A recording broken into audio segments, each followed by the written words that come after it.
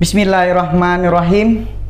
Assalamualaikum warahmatullahi wabarakatuh. Selamat malam sahabat-sahabat. Kembali lagi bersama saya di Raden Kelana Official.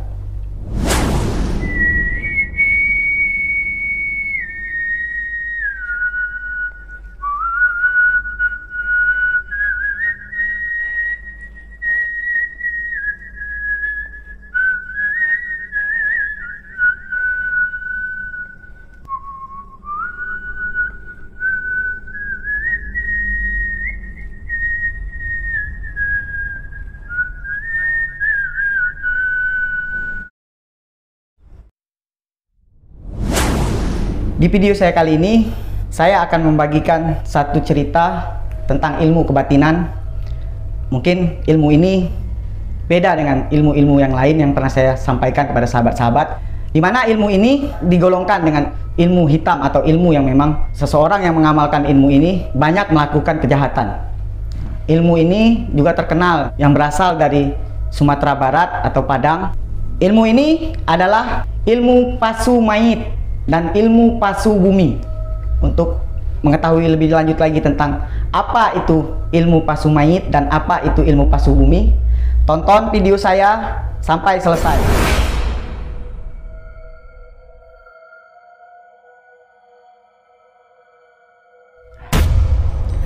Di cerita saya kali ini, saya akan menceritakan salah satu tokoh atau seseorang yang mengamalkan ilmu tersebut, yang pada zaman itu memang cukup dikenal lah di masyarakat. Orang ini salah satu kerabat jauh lah dari saya, yang memang pernah dekat lah dengan keluarga pada masanya itu dulu.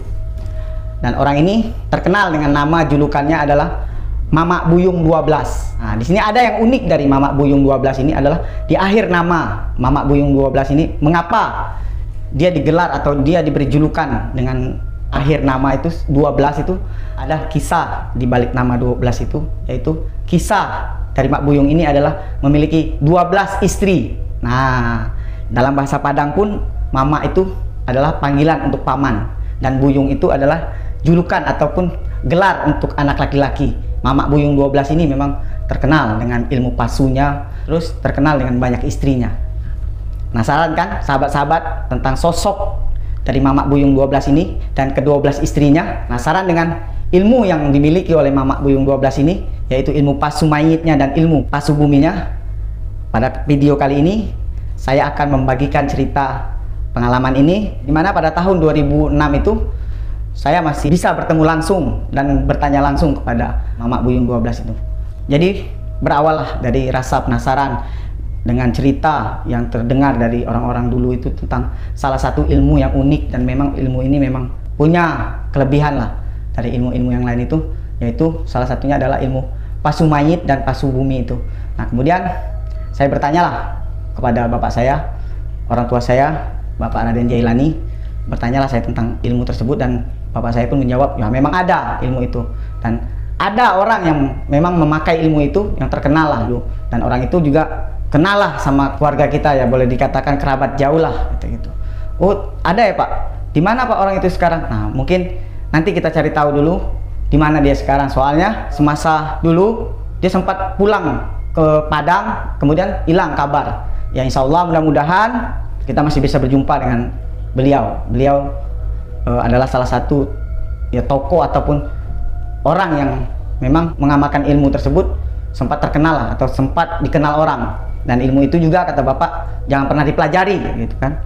Bapak aja dari dulu tahu tentang ilmu itu dan sempat bertemu dengan mama itu, tidak mau untuk mempelajarinya karena dilihat dari kehidupan Mak Buyung 12 itu, ilmu itu sesat kata bapak, ilmu itu salah. Singkat cerita, akhirnya berangkatlah saya dan orang tua saya, bapak saya, bertemu dengan Mamak Buyung ini tadi.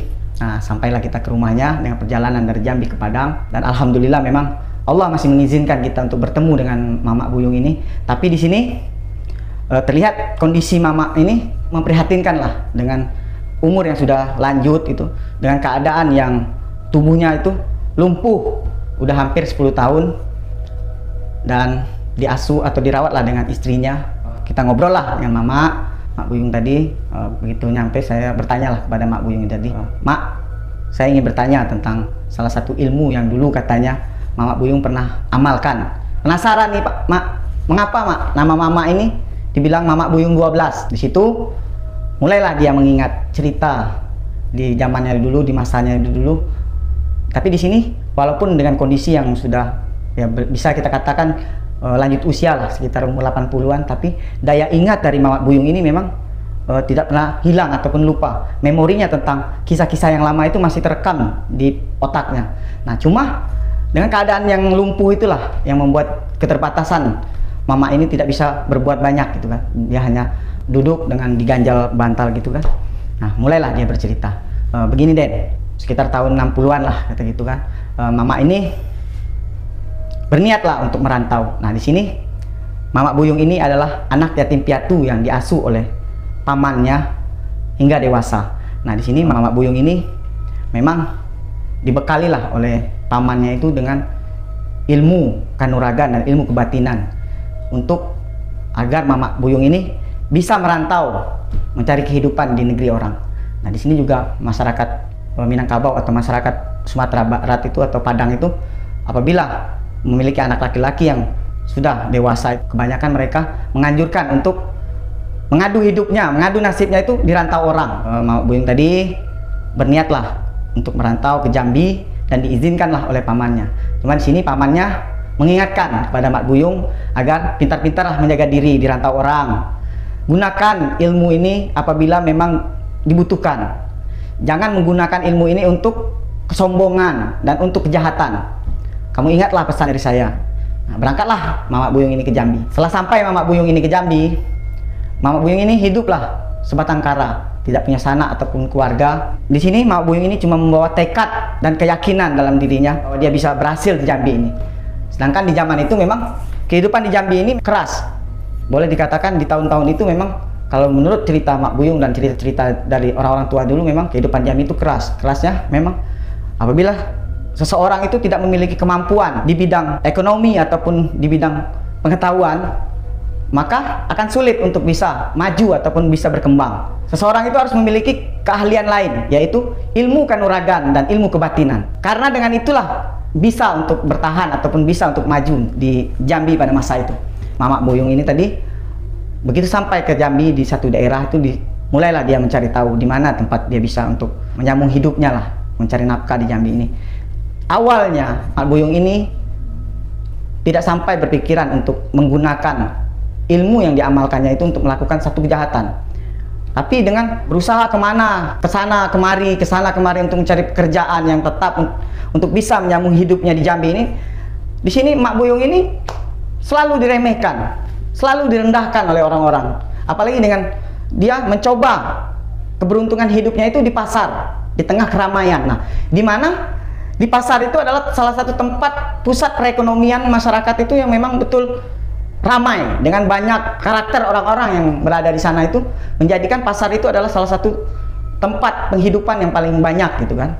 Tapi di situ juga tindak kriminal ataupun tindak kejahatan itu lebih banyak dari tempat-tempat biasanya, dimana di situ ada preman, ada tukang tipu, ada pun tukang penjudi ataupun berkumpul lah di situ semua dalam satu tempat. Nah, di sini Mak Buyung ini selalu diremehkan, selalu dilecehkan, karena dari penampilan Mak Buyung ini adalah sosok pemuda kampung yang lugu, yang memang tidak terlihat lah bahwa Mak Buyung ini memiliki sesuatu yang istimewa lah. Ya, di sini saya akan sedikit lah membagikan atau menceritakan lah tentang fisik dari Mak Buyung ini. Memang orangnya kecil, hitam, dan memang ya kalau boleh dikatakan ya pemuda yang sederhana lah, jauh dari sempurna atau jauh dari menarik atau tampan lah, ya kan? Tapi di sini memang ilmu yang dimilikinya itu memang cukup mumpuni lah, ya kan? Nah, dari situ Mama Buyung ini sudah merasa kesal ataupun merasa kecewa dia. Aku merantau dari Padang ke Jambi ini untuk hidup, untuk mencari hidup, bukan untuk berbuat sesuatu yang merugikan orang lain. Namun begitu aku sampai ke tanah Jambi ini, sampai ke Jambi ini, aku merasa diri aku ini dihina, merasa diri aku ini dikecilkan, seakan-akan aku ini tidak bisa berbuat apa-apa, seakan-akan aku ini manusia lemah, sedangkan aku sudah dibekali dengan ilmu atau memiliki kelebihan ataupun memiliki pengetahuan tentang kebatinan dan olah kanuragan. Tapi aku cuma berpikir, aku mengingat pesan dari pamanku agar tidak berbuat macam-macam. Namun di sini mungkin Mak Buyung ini ya namanya manusia kan, ditindas akhirnya berontak. Nah, pada suatu hari dengan kondisi yang sudah mengenaskan lah, dengan uang tidak ada lagi, rasa lapar yang membuat Mak Buyung ini terpaksa harus berusaha lebih keras lagi, terpaksa harus, inilah waktunya aku menunjukkan siapa diri aku. Aku akan menunjukkan aku mampu dan aku bisa. Nah, kemudian berjalanlah Mak Buyung ini ke salah satu tempat yang dimana di situ banyaklah tempat berkumpulnya preman-preman pasar, berkumpulnya para bandar-bandar judi. Nah, pada saat itu Mak Buyung ini datanglah ke seseorang. Pada waktu itu Mak Buyung ini meminta pekerjaan lah. Bang, saya ini dari Padang, sudah hampir 1 minggu saya di sini. Uang pun sudah tidak ada lagi. Saya tidur pun di emper-emper toko. Saya mohon bang, saya minta pekerjaan lah. Pekerjaan apa, terserah. Yang penting saya bisa makan dan ada tempat untuk saya tinggal. Nah, kemudian si preman itu dengan sombongnya, dengan gagahnya itu langsung melontarkan kata-kata yang tidak enak didengar lah. Dengan kata-kata kasar lah. Kamu ini datang ke sini bawa apa? Punya ilmu, punya kelebihan. Apa bisa kamu bertahan di sini? Kalau kamu bisa, kalahkan aku dulu, baru dapat pekerjaan. Dengan keadaan kamu sekarang, dengan tubuh sekecil ini, kamu bisa mengalahkan aku, baru kamu dapat pekerjaan di sini, baru bisa. Ya, dengan rasa kecewa lah mendengar perkataan yang kasar itu tadi. Mulai di situ terpikir oleh Mak Buyung ini, ya sudahlah, kalau ini memang saatnya aku akan melakukan sesuatu yang memang harus aku lakukan, aku akan buktikan gitu. Nah, kemudian si preman itu mendoronglah pundak Mak Buyung itu sampai Mak Buyung itu tersungkur jatuh. Nah, di situ Mak Buyung langsung memperhatikan wajah si preman itu dan teman-temannya yang mempertawakan Mak Buyung itu. Nah, di sini Mak Buyung lah mulai dia, apa yang ada di dalam pikirannya pun sudah berniat jahat untuk preman itu. Kemudian Mak Buyung itu tidak berbicara, tapi di situ mulai membuka satu gerakan yang memang kalau dibilang seperti gerakan silat lah. Tapi di situ yang anehnya, dia begitu mengeluarkan suara membentak, wah, tapi dia serentak menghentakkan kakinya ke bumi.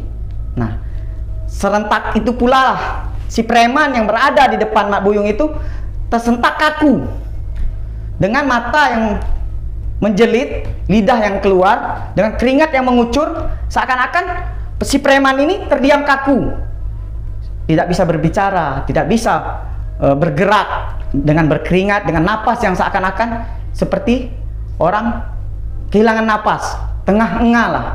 Nah, di situ Mak Buyung melontarkan kata-kata untuk si preman itu. Kalau ini yang kamu mau, boleh. Aku Buyung, aku ingin menantang orang-orang di sini. Siapa yang jago di sini? Dengan bahasa Minangnya itu, sianan baga, lawan aku Buyung. Tapi yang aneh dari Mak Buyung ini tadi, satupun orang yang berada di situ hanya terdiam. Satu orang yang dituju dari Mak Buyung ini hanya bisa terdiam kaku, seakan-akan seperti mau mati gitu kan, kaku. Nah, di situlah Mak Buyung mendorong dia sehingga orang itu jatuh dengan lemas. Sekarang Abang, aku sudah kalahkan Abang, seperti janjinya Abang. Mulai saat ini, tempat di mana Abang berada ini menjadi daerah kekuasaan aku. Anak buah yang pernah Abang didik, yang pernah Abang asuh menjadi anak buahku. Bagaimana menurut Abang? Baiklah, kalau begitu aku mengaku kalah. Silakan, biarlah aku menjadi anak buahmu. Nah, mulai saat itu Mak Buyung sudah merasa nyaman lah karena sudah memiliki pekerjaan, walaupun pekerjaan ya boleh dikatakan sebagai preman lah. Nah, namun di sini Mak Buyung sudah bisa makan dan memiliki tempat tinggal yang layak. Nah, dari cerita preman di pasar itu menyebarlah bahwa di pasar itu ada seorang pemuda yang datang, atau seorang pemuda rantau yang datang dari Padang memiliki ilmu yang seperti itu. Jadi cerita ini menyebar ke satu wilayah itu, menjadi ramai lah diceritakan. Nah, namun di sini mungkin rasa sombong itu tadi timbul di Mak Buyung ini tadi, dan nafsu dunianya, nafsu dari setan itu yang merasuki dalam hati dan pikirannya itu membuat Mak Buyung ini lupa diri, lupa akan pesan dari pamannya tadi bahwa jangan menggunakan ilmu ini untuk kesombongan, jangan menggunakan ilmu ini untuk melakukan satu kejahatan. Kamu di sini Mak Buyung ini seperti jagoan sudah, petantap tenteng, petantap tenteng. Nah, memang orang-orang yang sudah melihat kejadian itu memang merasa takut dengan Mak Buyung ini tadi. Nah, mulailah Mak Buyung berpikir, kalau begitu aku akan mencoba ilmu ini untuk mendapatkan perempuan, karena aku selama di sini aku selalu dihina oleh perempuan. Seakan-akan mereka jijik menolak untuk berbicara pada aku. Padahal aku, orang-orang yang lain segan dengan aku, tetapi perempuan, mengapa perempuan itu benci pada diriku? Nah, mulailah Mak Buyung tadi berpikir jahat. Kemudian dia dari pasar pergilah bertanya kepada orang-orang tentang perempuan yang di mana tempat perempuan yang cantik ataupun perempuan yang ya baiklah untuk dijadikan istri, karena Mak Buyung ini sudah merasa mampu untuk beristri dengan umur yang sudah ya ibaratnya remaja, sudah lewat lah. Kalau untuk berkeluarga itu pada masa itu pemuda di Jambi ini menikah pada umur yang memang relatif muda lah. Nah, kemudian dapat informasi lah dari warga bahwa ada salah satu perempuan yang memang di kampung itu terkenal cantik, dan orang tuanya pun orang tua yang berpengaruh lah, banyak dikenal lah oleh orang-orang. Nah, di situ Mak Buyung mulai berpikir, aku cobalah perempuan ini, siapa tahu bisa, kata gitu kan. Nah, keesokan malamnya Mak Buyung mendatangi rumah itu. Nah, disinilah Mak Buyung itu menceritakan ilmu pasu itu seperti apa. Jadi ilmu pasu itu adalah ilmu yang memang dipakai untuk seseorang itu bisa leluasa masuk ke rumah orang tanpa diketahui, tanpa disadari. Nah, jadi orang yang terkena dengan pasu mayit ini akan seperti orang yang tidak sadar, tidur yang tidak sadar sama sekali. Walaupun dengan keadaan berisik ataupun keadaan ribut bagaimanapun, orang ini akan tetap terdiam. Jadi diibaratkan seperti mayit. Mak Buyung mulailah melakukan aksinya dengan membaca mantranya tadi, kemudian masuklah ke rumah itu. Ternyata memang benar apa yang diceritakan Mak Buyung itu benar. Dia masuk itu leluasa masuk ke rumah orang itu. Nah, kemudian mulailah dia membuat sesuatu yang nanti menjadi tanda bahwa dia masuk ke rumah orang itu. Dia melihatlah di situ ada makanan yang tersisa di rumah itu, dia makanlah sepuasnya. Kemudian mulailah dia mencari di mana posisi tempat di mana perempuan itu tidur. Kemudian masuklah dia ke kamar perempuan itu diangkatnya, dipindahkannya ke dapur. Namun di situ Mak Buyung tidak melakukan apa-apa, karena Mak Buyung ingin membuktikan saja bahwa ilmu pasu ini memang benar-benar bisa digunakan. Berarti memang Mak Buyung ini baru mencoba ilmu ini tadi, karena keyakinannya dengan ilmu tersebut, dan memang diyakinkannya memang menjadi gitu kan. Nah, setelah dia memindahkan perempuan itu, dia keluar dari rumah itu. Keesokan paginya cerita tentang rumah itu dimasuki orang itu heboh. Jadi dari mulut-mulut berceritalah orang ini. Tapi di sini kan Mak Buyung udah mengetahui bahwa kejadian ini bakal heboh. Nah, Mak Buyung pura-pura lah datang ke rumah si perempuan itu dengan bertanya kepada orang tuanya, "Ada apa, Pak?" "Iya, semalam rumahku ini dikunci. Tiba-tiba pas pagi pintu terbuka. Terus anak gadisku ini malamnya tidur di kamar, kemudian pas bangun pagi itu di dapur." Nah, itu yang membuat si bapak ini jadi heran. Si pemilik rumah ini, bapak dari perempuan itu heran. Kemudian Mak Buyung itu langsung menyampaikan hajatnya kepada orang tua dari perempuan itu. "Sebenarnya, Pak, yang masuk itu aku, Pak. Aku yang masuk ke rumah Bapak." Sontak bapak dari si perempuan itu terkejut, kaget. "Dari mana kamu bisa masuk? Kamu masuk ke rumah aku malam-malam? Nggak yakin aku. Kamu tahu siapa aku? Dan rumah aku ini sudah kupagari dengan pagar-pagar gaib.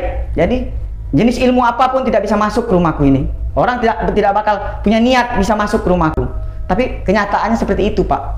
Aku yang masuk ke rumah Bapak. Semalam aku makan. Aku tahu makanan apa yang ada di rumah Bapak semalam. Terus aku tahu anak Bapak, anak gadis Bapak itu tidur di mana kamarnya. Dan aku yang memindahkan anak gadis Bapak itu pindah ke dapur." Sontak si bapak itu marah. Yang namanya kan orang tua ya kan, mendengar cerita itu langsung sontak marah. Memang karakter dari si bapak-bapak ini memang orangnya pemarah, cepat emosi gitu kan. Si bapak itu langsung mengepalkan tangannya untuk memukul si Mak Buyung 12 ini, karena emosi itu tadi, pukulan itu melontar ke arah muka Mak Buyung 12 ini tadi. Tapi di sini kan Mak Buyung ini memang memiliki ilmu kanuragan yang mumpuni, ilmu silat yang memang dipelajarinya. Nah, sontak seketika pun Mak Buyung itu menghindar dari pukulan orang tua tersebut. Berkali-kali si bapak ini memukul Mak Buyung ini, namun dengan mudahnya dia untuk menghindar dari pukulan tersebut. Nah, namun di sini ilmu pasu bumi itu digunakan lagi oleh si Mak Buyung itu dengan menghentakkan kakinya ke bumi, dan tiba-tiba orang tua itu, bapak dari perempuan itu kaku seperti preman yang ada di pasar. Di saat orang tua itu kaku lah, Mak Buyung itu menyampaikan keinginannya. Saya datang ke sini Pak untuk melamar anak Bapak. Saya datang ke sini ingin mengambil istri anak Bapak. Kalau Bapak tidak mengizinkan, jangankan makan dan memindahkannya Pak, lebih dari itu bisa saya lakukan.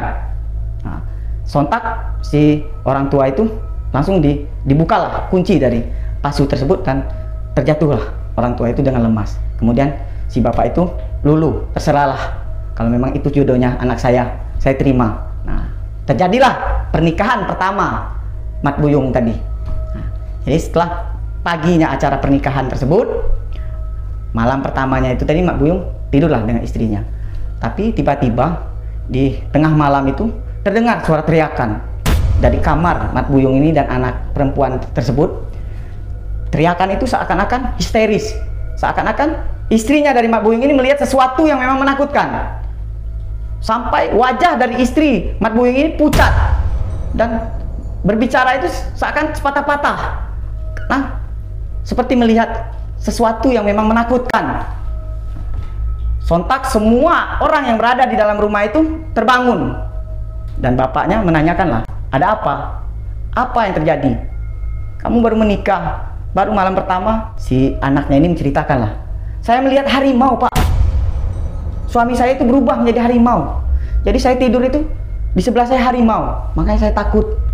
Nah, si bapak ini tadi terkejut. Sedangkan yang dia tahu, yang tidur dengan anaknya itu hanya Mat Buyung. Karena di rumah itu tidak ada yang lain lagi selain Mat Buyung itu yang masuk ke kamar. Kamu coba lihat dulu yang jelas. Benar Pak, saya berani sumpah, saya melihat harimau. Nah, kemudian ya baiklah, coba bapak lihat, bapak bangunkan dulu suami kamu. Nah, di situ orang tuanya itu membangunkanlah si Mat Buyung tadi. Nah, tapi di sini Mat Buyung ini tidak menyadari hal yang terjadi dengan dirinya itu tadi. Menurut ceritanya memang Mat Buyung ini mengamalkan ilmu silat tua. Kalau di Padang itu terkenal ilmu silat tua itu adalah ilmu silat harimau, dan memang diwariskan oleh pamannya tadi kepada Mat Buyung. Nah, tanpa disadari mungkin dari Mat Buyung ini tadi, dan pamannya pun tidak menceritakan tentang hal itu, mungkin Mat Buyung sempat mengelak ataupun mana mungkin Pak, saya berubah jadi harimau. Nah, dari situ baiklah kalau begitu, sudahlah, kita anggap saja istri kamu ini bermimpi ataupun menghayal. Nah, namun di sini kelihatan bahwa keluarga dari perempuan ini, keluarga dari istri Mat Buyung ini percaya dengan cerita yang disampaikan oleh anaknya, karena memang rasa ketakutan itu terlihat dari wajah istrinya ini tadi. Memang betul-betul takut gitu kan. Nah, keesokan malamnya kejadian itu sama terjadi seperti malam pertama itu. Begitu tengah malam, anaknya itu lari. Istri dari Mat Buyung ini keluar kamar dan berteriak ketakutan. Pada malam hari itulah percayalah bahwa bapaknya tadi memang benar, Mat Buyung ini begitu malam berubah menjadi harimau. Setelah kejadian malam itu, bapak dari si perempuan ini berbicara kepada Mat Buyung, menanyakan permasalahan ini untuk bisa diselesaikan secara baik-baik, yaitu dengan meminta Mat Buyung untuk mengikhlaskan agar bercerai dengan istrinya. Dan di sini Mat Buyung merasa kasihanlah dengan istrinya ini tadi, dia mengiyakanlah untuk bercerai. Di sini mungkin juga Mat Buyung udah mulai sedikit mengetahui lah tentang rahasia itu kan. Tapi memang dari mulutnya itu tidak terlontar kata-kata tersebut, dan pernikahan Mat Buyung dengan pernikahan pertamanya ini hanya bertahan sampai 3 hari. Mulai hari itu Mat Buyung berpikirlah untuk saya cobalah mencari lagi perempuan lain di daerah lain ataupun di tempat lain lah. Dan Mat Buyung ini merasa sedikit ada rasa kecanduan dari apa yang telah dilakukannya pertama ini. Dia ingin melakukan untuk kedua kalinya. Nah, karena sudah merasa yakin nih dengan apa yang dia miliki sekarang, dan merasa yakin bahwa ilmu pasu mayit ini bisa digunakannya. Nah, kemudian dia berjalan mencari informasi lah di mana tempat perempuan atau gadis-gadis yang masih lajang yang memang bisa untuk dibuat istrinya. Namun di sini pikiran Mat Buyung ini sudah berpikir jahat, nafsu setannya udah muncul, nafsu birahinya pun sudah terlintas dalam otaknya itu untuk melakukan satu kejahatan. Terjadilah kejadian yang kedua ini, yaitu ketika Mak Buyung ini mendapat target yang bakal dia tuju itu, pada malam itu melakukanlah kejahatannya seperti apa yang dia lakukannya sebelumnya. Masuk ke rumah itu dengan leluasa, terus dia melakukan apa yang bisa dijadikan bukti bahwa dia, inilah bukti aku masuk ke rumah ini. Tapi di sini yang sedikit agak lain, perempuan yang dia temui itu malah disetubui oleh Mak Buyung ini. Mungkin ya tadi rasukan setan yang tidak bisa dikendalikan oleh Mak Buyung tadi, akhirnya dia melakukannya. Setelah hajatnya selesai, dia pergi meninggalkan rumah itu dengan leluasa lah. Kemudian keesokan paginya sama kayak seperti kejadian sebelumnya, dia mendatangi rumah itu, datang dengan baik-baik dan datang dengan niat untuk menikahi si perempuan itu. Dengan bukti yang diucapkannya, dengan bukti yang ada di rumah itu, membuktikan bahwa memang pelakunya ini memang Mak Buyung ini. Akhirnya mau tidak mau keluarga itu menerima Mak Buyung untuk dinikahkan dengan anaknya. Terjadilah pernikahan kedua Mak Buyung ini tadi. Namun di sini kejadian yang terjadi dengan istri Mak Buyung yang kedua ini sama seperti kejadian yang dialami oleh istri yang pertama. Di tengah malam terbangun ketakutan, lari dari kamar, bercerita kepada orang tuanya, sama dengan kejadian apa yang dirasakan, apa yang dilihat oleh istri pertama itu sama, sosok harimau itu tadi. Namun pernikahan yang kedua ini bertahan sampai 1 bulan lah Mat Buyung ini menikah dengan istri yang kedua ini. Namun setelah itu istrinya ini datang untuk minta cerai. Nah, kemudian gagal lagi lah di pernikahan kedua, dan itu terjadi terus menerus, dan bahkan lebih parah lagi dengan nafsu bejatnya itu dilancarkannya ke perempuan-perempuan yang ditujunya. Dan hal itu pun bukan dilakukan di Jambi saja.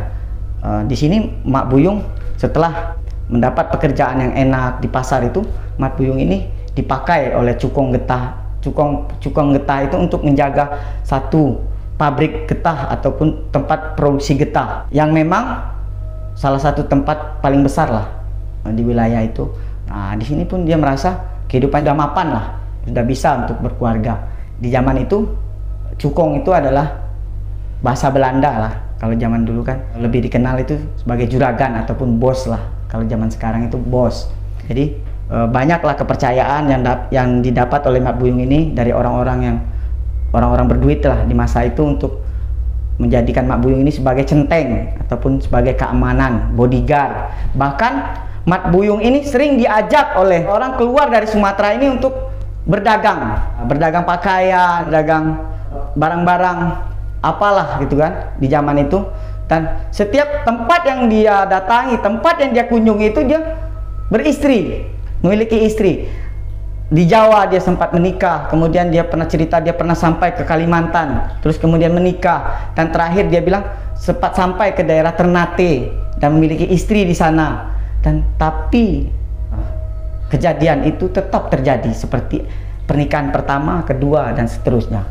Sampailah di pernikahan Mat Buyung ini yang ke-11. Di umur yang sudah memang cukup tua lah di masanya itu, Mat Buyung itu sudah mulai berpikir untuk meninggalkan kehidupan yang sekarang. Namun di saat Mat Buyung ini sudah tenar, sudah terkenal, dan bahkan jemu dengan kehidupannya yang sekarang ini, dan dia ingin merubah hidupnya menjadi lebih baik lagi. Nah, di saat itulah ujian datang untuk Mat Buyung ini. Adalah salah seorang yang berasal dari satu daerah itu datang untuk menemui Mak Buyung ini untuk menantangnya mengadu ilmu, menantangnya untuk mengadu kesaktian. Nah, karena terdengarlah bahwa Mat Buyung ini adalah salah satu orang hebat yang memiliki ilmu silat harimau yang kata orang memang sulit untuk dikalahkan. Malah banyak yang segan ataupun orang-orang yang terkenal banyak yang mengaguminya. Nah, dari itu orang yang datang ke Mat Buyung ini untuk menantang mengadu kesaktian ini, kita sebut saja namanya Wak Musa. Nah, jadi Wak Musa ini ternyata Wak Musa ini memang di wilayahnya itu memang terkenal. Ya boleh dikatakan jagoan juga lah seperti Mat Buyung juga. Nah, mungkin di sini merasa tertarik lah dengan ilmu Mat Buyung ini untuk mencoba, untuk mengetes ilmunya. Apa benar yang dikatakan orang-orang itu bahwa Mak Buyung ini hebat?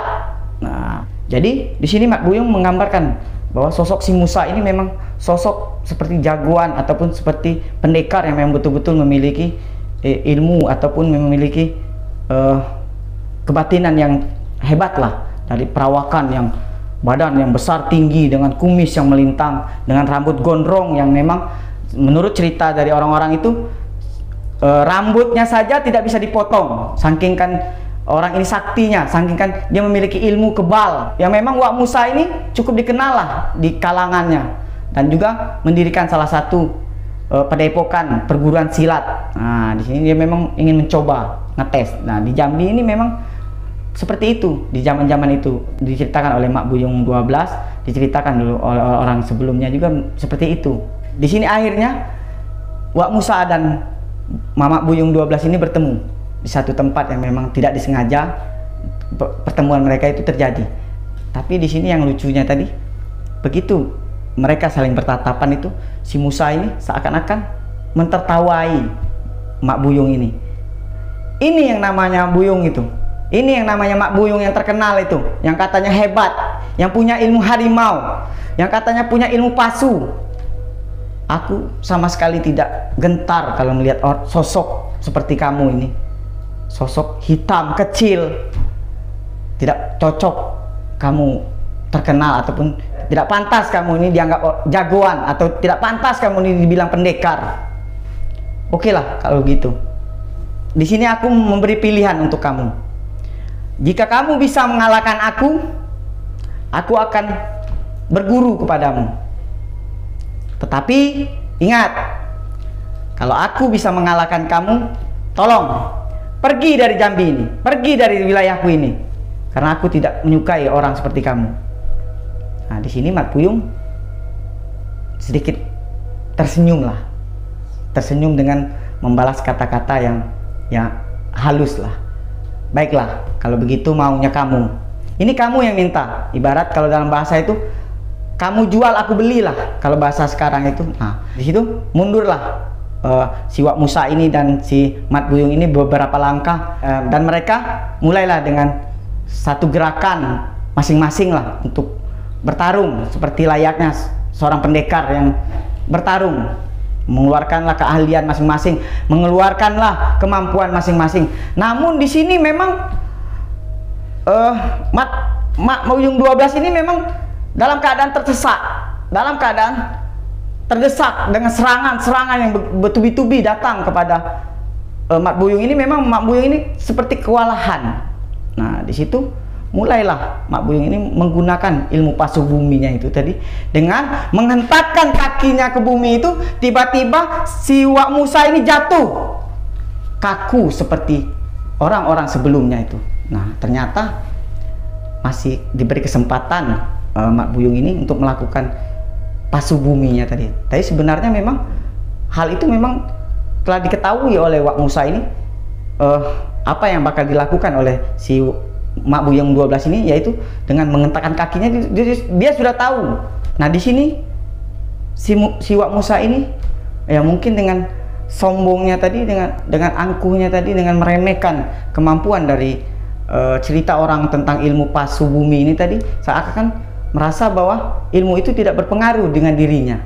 Namun apa yang terjadi sekarang terjadi seperti apa yang telah dilakukan oleh Mak Buyung kepada orang-orang yang telah dibuatnya itu, dengan jatuh, dengan kaku, dan seperti orang yang sesak napas, yang ingin mati, dengan lidah yang menjulur atau mata yang berdiri, tapi sadar gitu kan, apa yang diucapkan itu terdengar. Nah, kemudian Mak Buyung dengan gagahnya dan tegak pinggangnya pun berkata, kamu yang jual, aku yang beli.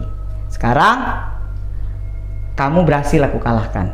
Mulai saat ini kamu menjadi anak buahku, kamu jadi pengikutku, dan aku di sini ingin menepati janjimu. Mulai saat ini jangan pernah lagi, jangan punya niat lagi untuk mencoba mengalahkan aku ataupun mencoba untuk mengadu ilmu dengan diriku. Nah, kemudian disadarkannya lagi si Wak Musa ini. Kemudian Wak Musa itu dengan dengan terpaksa lah mengaku kalah kepada Mak Buyung tadi dengan berbicara, mulai saat ini aku mengangkat kamu sebagai guru. Namun guru di sini berarti mengaku kalah lah. Jadi mulai saat ini aku akan tunduk dengan perintahmu. Nah, dengan kejadian itu adalah kejadian terakhir Mat Buyung 12 ini menggunakan ilmu pasunya. Jadi Mat Buyung ini sudah bosan ataupun jemu dengan kehidupannya sekarang. Aku hidup dengan berkecukupan, aku disegani orang, aku ditakuti oleh orang, namun aku masih merasa kesepian. Jadi hidupku ini tidak berarti, karena aku ingin punya keturunan, punya generasi penerus, agar ilmu yang aku miliki ini bisa diturunkan. Jadi itu awal dari Mat Buyung ini tadi, punya cita-cita seperti itu. Nah, namun di tengah perjalanan ini tadi mungkin Allah telah menggiring perjalanan Mat Buyung ini untuk menuju jalan taubat. Nah, tanpa disadari, tanpa diketahui oleh Mat Buyung ini tadi, bertemulah Mat Buyung ini dengan sosok ulama yang memang tanpa disadari, tanpa direncana, ataupun memang itu adalah salah satu jalan dari Allah mungkin agar Mat Buyung ini bertobat dan mengubah hidupnya untuk menjadi lebih baik lagi. Nah, bertemulah dia dengan salah satu ulama ini, kita sebut saja sini Pak Kiai lah. Ketemulah dia dengan Kiai ini, dan tiba-tiba dia tersentuh hatinya untuk bertanya kepada Pak Kiai ini, dan menceritakanlah kisah perjalanan hidupnya ini tadi, dan sampai hal pribadi pun disampaikan kepada Pak Kiai ini, dengan telah menikah sampai 11 kali tapi satu pun tidak ada yang bertahan gitu kan, dan satu pun tidak memiliki keturunan.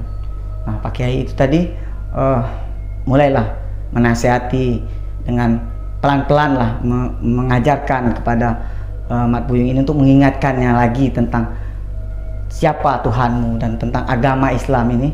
Nah, namun di sini mungkin hati Mat Buyung ini tadi diluluhkan oleh Allah, dan ternyata luluhlah hati Mat Buyung ini. Mungkin ridhonya Allah itu ataupun memang hidayah dari Allah itu telah sampai kepada Mat Buyung ini, dan Mat Buyung menyatakanlah, mulai saat ini aku akan berguru kepada Pak Kiai, dan aku akan membuang semua ilmu yang ada di dalam diriku. Ilmu yang aku amalkan selama ini akan aku buang, dan aku akan istiqomah di jalan Allah.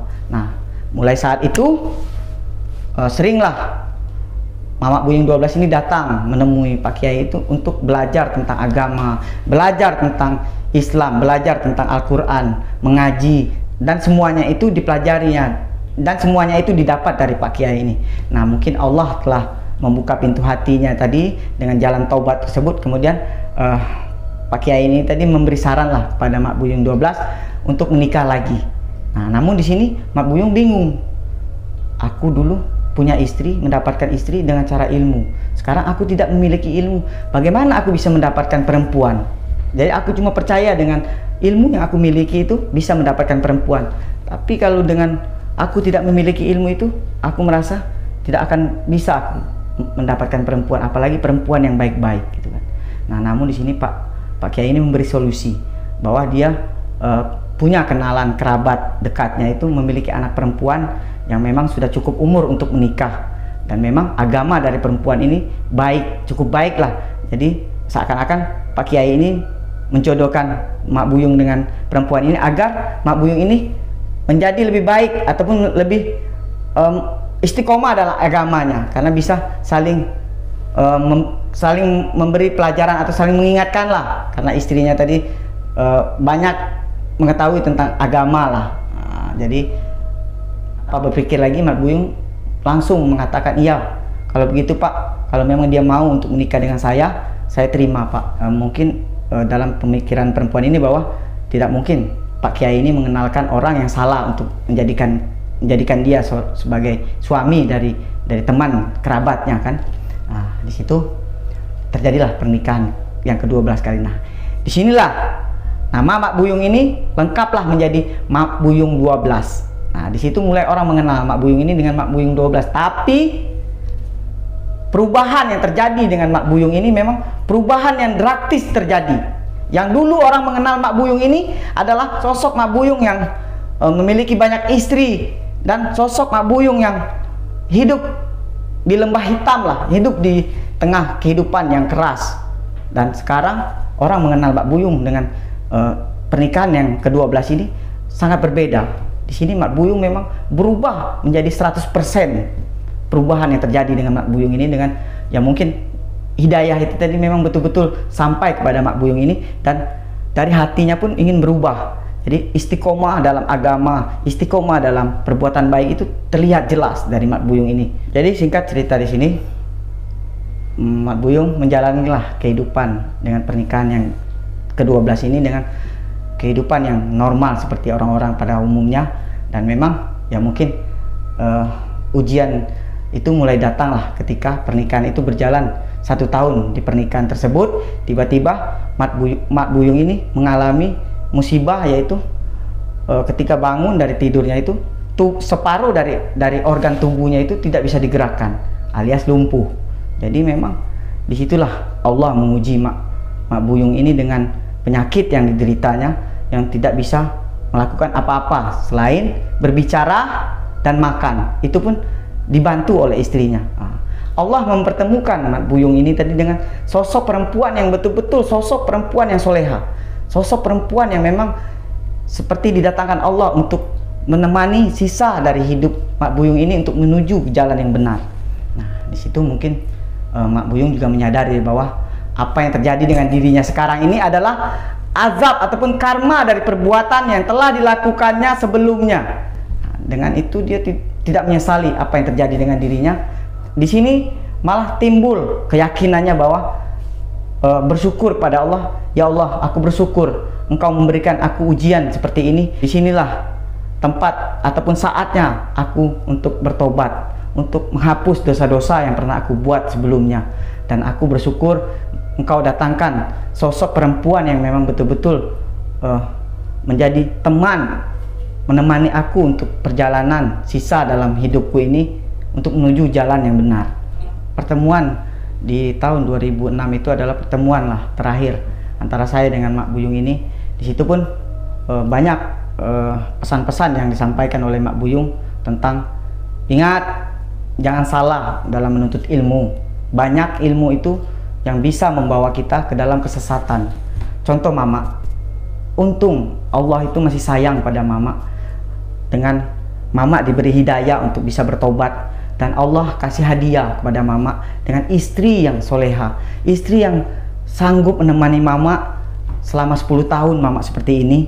Dan istri ini tidak pernah mengeluh apapun, tetap terus ada di samping Mama. Dan inilah yang membuat Mama yakin, Mama untuk percaya ataupun meyakini bahwa Allah itu Maha Pengasih dan Maha Penyayang. Ingat, ilmu yang Mama amalkan, ilmu yang pernah Mama amalkan itu jangan pernah kamu tanyakan kepada Mama, karena ilmu itu sama sekali bukan ilmu, itu adalah setan di dalam tubuh. Karena ilmu itu jangan sampai ada orang yang bisa mengamalkan, atau ada orang yang bisa ataupun orang yang sempat mengamalkannya, bakal terjadinya seperti kehidupan Mama. Untung Mama bisa bertobat, kalau tidak mungkin entah apa jadinya Mama. Mungkin Mama masuk neraka dan tidak sempat untuk bertobat. Nah, mungkin di sini saya juga melihat bahwa sosok Mak Buyung ini memang sosok orang yang memang terlihat dalam 10 tahun itu ataupun selama dia menjalankan istiqomah dalam ibadahnya itu memang terlihat dari wajahnya itu seperti orang yang rajin beribadah dengan wajah yang bersih, terus dengan sering rajin membaca Al-Quran itu, sampai istrinya pun berceritalah sedikit tentang keistiqomahan Mak Buyung itu. Di tengah ketidakberdayaannya itu dia masih selalu sempat untuk membaca Al-Quran, walaupun sholat tidak bisa berdiri dengan sholat yang terbaring, sering minta tolong untuk bisa mengantarkan untuk mandi gitu kan. Memang ya mudah-mudahan dosa dari almarhum Mak Buyung 12 ini diampuni oleh Allah Subhanahu wa Ta'ala. Mak Buyung ini meninggal dalam keadaan husnul khotimah. Untuk sahabat-sahabat, untuk teman-teman yang menyaksikan video saya ini, saya meminta sedikit waktu dan sedikit doanya untuk kita sampaikan kepada almarhum Mak Buyung 12. Nah, di sini saya tidak saya lupa nama asli dari Mamat Buyung ini. Di sini saya minta keikhlasan dari sahabat-sahabat untuk mengirimkan Fatihah untuk almarhum Mamat Buyung 12 bin Pulan, agar semoga amal ibadahnya diterima di sisi Allah dan diampuni segala dosa-dosanya. Ila hazihi niyati ila khususon almarhum Mamat Buyung 12. Al-Fatihah. Amin amin amin ya Allah ya Rabbal alamin. Kisah dari perjalanan hidup Mat Buyung 12 setelah saya sampaikan, dan ilmu yang digunakannya adalah ilmu pasu bumi dan ilmu pasu mayit itu. Nah, di sini kan kita sudah bisa mengambil kesimpulan bahwa jangan pernah mempelajari satu ilmu yang memang kita tidak mengetahui jalan ilmu tersebut, dan kemudian kita harus bisa memilah dan memilih ilmu ini bakal kemana akan kita bawa. Jangan salah, bisa-bisa ilmu ini akan membawa kita ke jalan yang sesat. Dan beruntungnya mungkin di Mamat Buyung ini dia masih sempat diberi hidayah oleh Allah untuk bertobat. Nah, kendati itu kita di sini kita menjadi satu pembelajaran untuk diri kita masing-masing, untuk kita semua, agar hati-hatilah dalam memilih ilmu.